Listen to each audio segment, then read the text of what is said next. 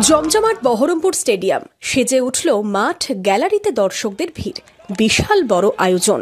শুক্রবার দুপুরে খেলার মাঠে দৌড়ঝাঁপ কচিকাঁচাদের, দৌড় যোগাসন থেকে হাই জাম্প, বিভিন্ন ইভেন্টে চমক দিল খুদে পড়ুয়ারা। জেলা স্তরের প্রতিযোগিতার আগে সদর পশ্চিম চক্রের আয়োজনে অবৈতনিক প্রাথমিক ও নিম্ন বুনিয়াদী বিদ্যালয়, মাদ্রাসা ও শিশু শিক্ষা কেন্দ্র সমূহের ৪৪তম সদর মহকুমা বার্ষিক ক্রীড়া প্রতিযোগিতা হল শুক্রবার। উদ্বোধনী পর্বে প্রশাসনিক কর্তা ব্যক্তি থেকে জনপ্রতিনিধি এলেন বিশিষ্টজনেরাও।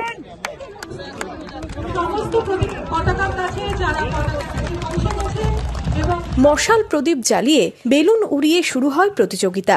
মোট ৩৪টি ইভেন্টে ৩৩৮ জন ছাত্রছাত্রী প্রতিযোগিতায় অংশ নেয়। সদর সাব ডিভিশনে যে ১১টা চক্র রয়েছে, সেই চক্রের প্রত্যেকটা চক্রস্তরীয় খেলায় যারা প্রথম স্থান অর্জন করেছে, প্রত্যেকটা ইভেন্টে তারা আজকে আমাদের এই মহকুমা স্তরে খেলায় অংশগ্রহণ করছে এবং পরবর্তীতে এখান থেকে যারা প্রথম স্থান অর্জন করবে তারা পরবর্তীতে জেলা স্তরে খেলা করবে। ক্লাসরুমের বাইরে খেলার মাঠে পড়ুয়াদের উদ্দীপনা, উৎসাহ দিলেন অতিথিরা। খেলাধুলার মাধ্যমে খুদে পড়ুয়া, যুবক যুবতী, তরুণ তরুণী সবাই যেভাবে আজকে মাঠমুখী হচ্ছে, তাতে তাদের এই আন্তরিকতায় আমরা অভিভূত, যার জন্য তাদেরকে আমি শতকোটি প্রণাম জানাই আমার মুর্শিদাবাদের সমস্ত শিক্ষক শিক্ষিকা এবং অধিবাসীদের তরফ থেকে।